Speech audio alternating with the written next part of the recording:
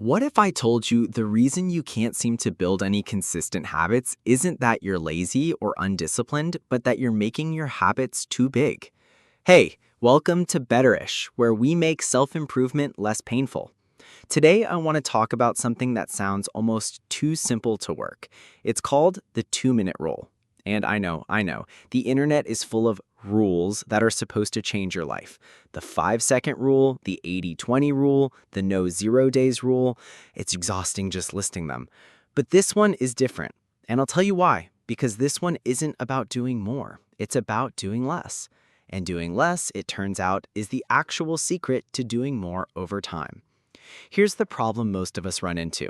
We decide we want to change something about our lives. Let's say we want to start reading more. So we set a goal. I'm going to read 30 pages every night before bed. And for 2 days, maybe 3, we do it. And then on day 4, we're tired. We had a long day. We don't feel like reading 30 pages. So we read 0. And then day 5, 0 again. And within a week, the goal is dead. And now we feel guilty about it, which makes us even less likely to try again. Sound familiar? This happens because we're designing our habits for the best version of ourselves, the version that's energized, motivated, has a free evening, and is in the perfect headspace. But that version shows up maybe 20% of the time. The other 80% of the time, you're dealing with the real version of you. The tired one, the stressed one, the one who just wants to lie on the couch and watch videos of people making elaborate cakes. And if your habit requires the motivated version of you, it's going to fail 80% of the time. That's just math. The 2-minute rule flips this. The idea is stupidly simple. If a habit you want to build takes less than 2 minutes, do it now. And when you're building a new habit, scale it down until it takes less than 2 minutes. Want to read more? Don't commit to 30 pages, commit to reading 1 page. Want to start exercising? Don't commit to an hour at the gym, commit to putting on your workout shoes. That's it, just the shoes. Want to start journaling? Don't commit to writing 3 pages of deep reflections, commit to writing 1 sentence. 1. The point isn't the 2 minutes. The point is that you're making the starting so easy, so ridiculously low bar, that it's harder to skip it than just to do it. And here's where people get skeptical. They say, but 1 page isn't going to make me a reader. 1 sentence isn't going to change my life. Putting on shoes isn't a workout. And you're right, 1 page won't. But that's not the point. The point is that you're building the identity of someone who reads. You're building the muscle of showing up. You're training your brain that this is something you do even when you don't feel like it. And once you're doing it consistently, once it's automatic, then you can scale up. But you can't scale up something you never started. There's a concept in psychology called activation energy. It's the energy required to start something. And here's what's wild. The activation energy required to start a task is often way higher than the energy required to continue it. Think about going for a run. The hardest part isn't mile 2. The hardest part is putting on your shoes and walking out the door. Once you're out there, momentum takes over. The 2-minute rule works because it lowers the activation energy to almost nothing. You're not asking yourself to run. You're just asking yourself to put on shoes. And 9 times out of 10, once the shoes are on, you'll go because you're already there.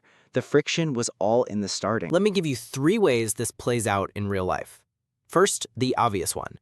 If something takes less than 2 minutes, just do it now. Hang up the code, reply to that quick text, wipe down the counter. These tiny tasks pile up and they drain your mental energy just by existing on your mental to-do list.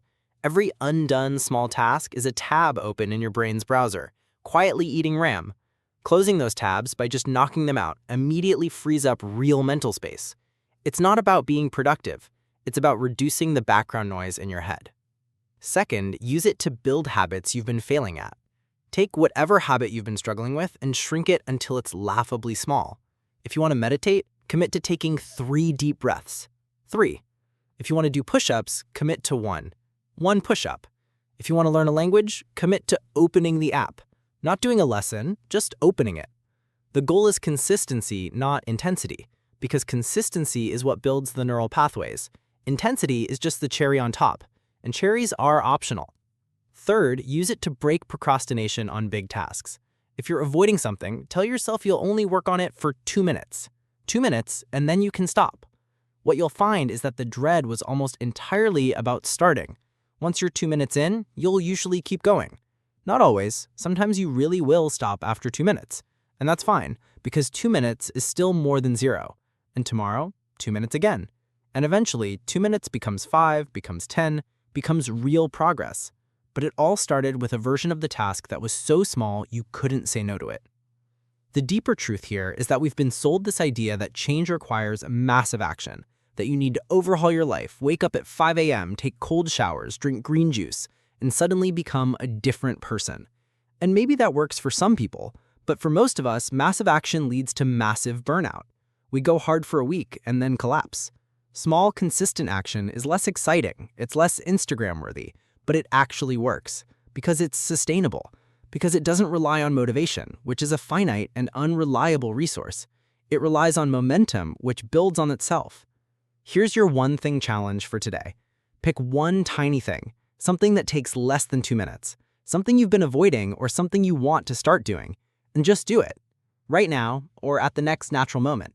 Don't think about whether it's enough, don't think about tomorrow, just do the 2-minute version today and then see how you feel. I'm betting you'll feel a small, quiet sense of satisfaction. And that small satisfaction, that's the seed. That's where everything grows from. Subscribe if you're trying to be a little better-ish. See you next time.